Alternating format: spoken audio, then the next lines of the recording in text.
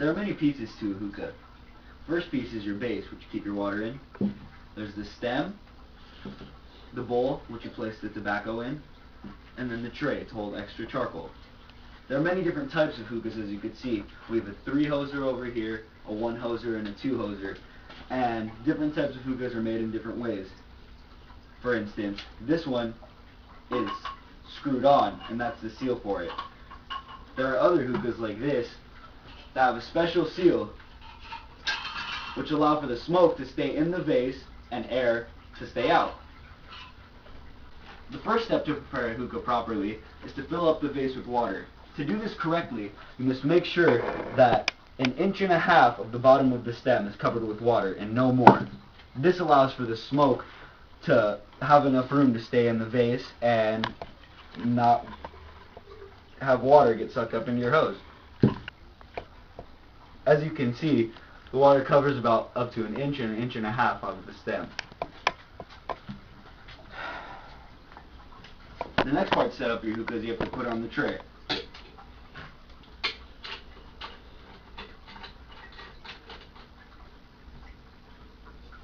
Once the tray is properly assembled, you can now put in the hoses. In this case, this is only a 1-hose hookah, so we're only going to need 1 hose.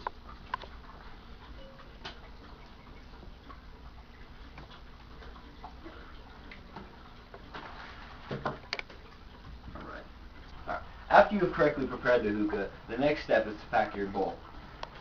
There are many different flavors of tobacco and many different types of tobacco. The way it comes packaged is it comes covered with molasses to give it flavor.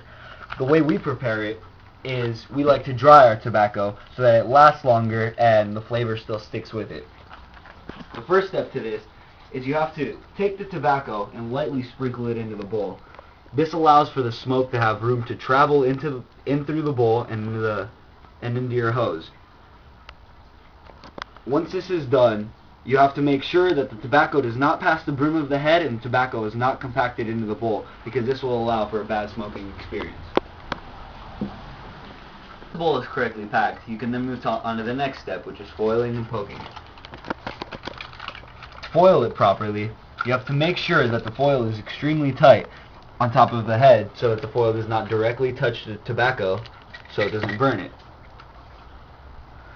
To poke holes, you poke holes into the head, and this allows for the heat to travel through the head and lightly burn the tobacco so that you can smoke it.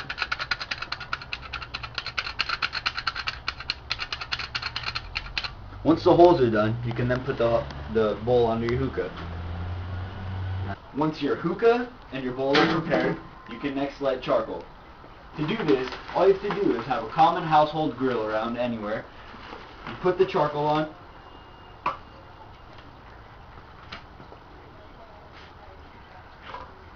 and you light it. As you can see, the charcoals are almost about done. You know when your charcoals are done when that black piece right there is all gone. The charcoal will be gray, and that's when you know that the charcoals are ready to put onto your hookah. Once your charcoals are done, you can then enjoy your hookah.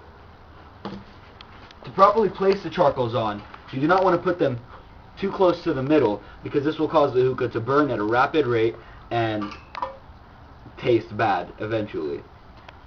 To make your hookah last as long as it can, you want to keep the charcoals outside and nowhere near the middle and not close to each other, because that'll create too much heat in one space, and you can start smoking your hookah.